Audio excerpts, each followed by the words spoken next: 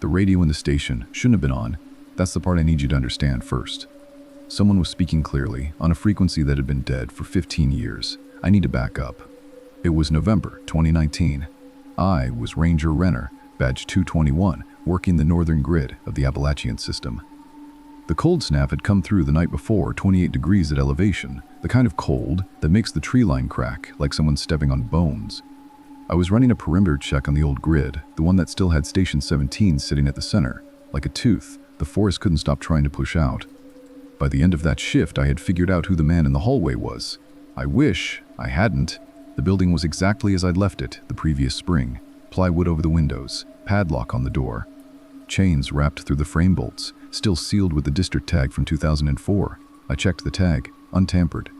The snow around the foundation was undisturbed, a perfect white sheet, broken only by my own boots. I verified all of the decommissioning paperwork myself when I took the grid. Power cut, lines severed, frequency reassigned. I have never once filed a report I couldn't back with paperwork. Then my radio crackled. Not static, not interference, a voice, clear, professional, using correct dispatch format. Station 17, copy. Requesting status on northern perimeter. Over. I stood in the snow and stared at a building that had no power and no working transmitter, and hadn't had either in 15 years. The sound wasn't coming from my speaker. It felt like it was coming from the walls themselves. I keyed my mic, my thumb shaking against the plastic. Dispatch, this is Renner. I'm at Station 17. There is no active personnel at this location. Who transmitted on this frequency? Dead air. Then the voice again. Same calm cadence, same correct terminology. Station 17, confirm visual on grid sector 4. Movement detected, north perimeter. Over. I didn't respond. I walked the full perimeter of the building, every seal intact, every window boarded. The door hadn't been opened since the Clinton administration. What I still can't explain is how the signal strength peaked when I stood directly against the north wall. It wasn't broadcasting out, it was broadcasting from inside the drywall. I filed an equipment anomaly report that night. It was reclassified as radio interference within 48 hours. No investigation, no follow-up. The frequency Station 17 operated on was 151.4 megahertz. The district decommissioned it in 2004. What I heard that Tuesday was transmitting on a dead frequency from inside a sealed building that hadn't had electricity in 15 years. I don't run that grid anymore, but someone does, and at 2:43 in the morning on the right kind of cold night, if you scan 151.4, you can still hear it, calm, professional, still reporting movement, on a perimeter, no one is watching. What you just heard was File 1. File 2 is the reason Station 17 was sealed in the first place, and the ranger who wrote it didn't retire, he just stopped showing up. My name is David Okafor, badge 188. I was the last ranger to serve a full rotation at Station 17 before it was shut down. This is what I found in the logbook 3 weeks before they ordered us out. The station log was standard issue. Leather-bound, pre-lined pages, columns for date, weather, visitor count, incidents. Every ranger who worked Station 17 between 1997 and 2004 filled it out. I'd read the entries going back years. Routine stuff, weather reports, lost hikers, equipment checks. Then I found the second logbook. It was identical in every external detail, same binding, same column format. Same manufacturer stamp on the back cover, but it was filled with entries dated after 2004, after the station closed, after the last ranger walked out and locked the door. I didn't know what was in the bag yet. That came later. The handwriting was consistent. The same person wrote every entry. Clean, even strokes, no hesitation, no mistakes. The kind of writing that comes from someone who is very calm and very certain about what they're recording. The entries were detailed, weather conditions accurate to historical records, visitor counts that matched trailhead registrations for corresponding dates, incidents that corresponded to real documented cases in the system. Every entry was verifiable. Every one was correct. Except the person writing them was inside a station that was sealed shut with no staff and no power. The last entry was dated 2 days before I found it. It read, Ranger Okafor will locate this log on November 12th. He will file a report. The report will be reclassified. He will not return to Station 17. I filed the report on November 12th. It was reclassified within 72 hours. I was reassigned to the southern grid before Christmas. Nobody asked me for the logbook. I still have it. The entries continued for 3 more months after I left, then stopped. The last one reads, Station empty. Begin next rotation. Someone is still logging shifts at Station 17. They've been doing it for 20 years. They knew I would find that book before I opened it. They knew what would happen after. These are the kinds of Appalachian horror stories that only make sense if you've stood in those mountains at night and felt them looking back. 2 files down, 3 to go. If you're still listening, you should know. The third file is the one where someone went inside, and what they found on the walls changed how the Park Service classified the entire building. The door was already open when I got there. My name is Teresa Voss, badge 304. I was a structural assessment ranger. My job was to evaluate buildings before the service decided to renovate, demolish, or seal them. In 8 years, I'd assessed 47 structures across 4 states. I have never once submitted a report that used the word impossible. Station 17 was my 48th assessment, October 2021. The chains were cut, not broken. Cut with a tool cleanly at the weld points. The padlock was on the ground, still locked, still tagged. Someone had removed the chain from around it without opening the lock. I called it in. Dispatch told me to proceed with assessment. Document conditions. Do not remove anything. I pushed the plywood off the front window and let daylight in. Every wall was covered in maps, hand-drawn, pencil on bare drywall.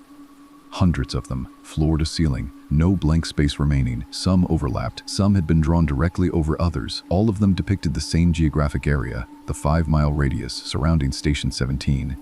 But none of them were correct. Trails were drawn where no trails exist. Rivers ran uphill. Elevation lines formed shapes that don't occur in nature. Structures were marked at coordinates where the only thing standing is trees. And in every single map, regardless of how distorted the geography became, Station 17 was drawn at the exact center. Always the same size, always the same shape, always with a small figure standing outside it. The figure was never inside, always outside, always facing the station. I counted 317 distinct maps. I documented 42 before my camera battery died. I spent 19 minutes inside that building. When I stepped back out, the chain was re-welded. The padlock was reattached, still locked, still tagged. My bolt cutters were still in my truck. I had not used them. I radioed dispatch. I described what I'd found. There was a 14-second pause. Then, Ranger Voss, confirm you did not enter the structure. I had entered the structure. I had photographs proving it. I said so. Ranger Voss, confirm you did not enter the structure. I understood. I confirmed. I had not entered the structure. Station 17 was reclassified as a structural hazard. Full seal. No assessment. No further access. The photographs were submitted to district evidence. I was told the camera malfunctioned. All 42 images were blank. I've assessed 51 buildings since then. None of them had maps on the walls. But sometimes, I dream about the figure standing outside that station. Always the same distance. Always facing in. National Park mysteries like this one don't get solved. They get sealed. File 4 is the one that made me check my own radio 3 times before every shift, because whoever was calling from inside Station 17 wasn't asking for help. They were asking for someone to come in. I responded to the call because I was closest. That's the only reason.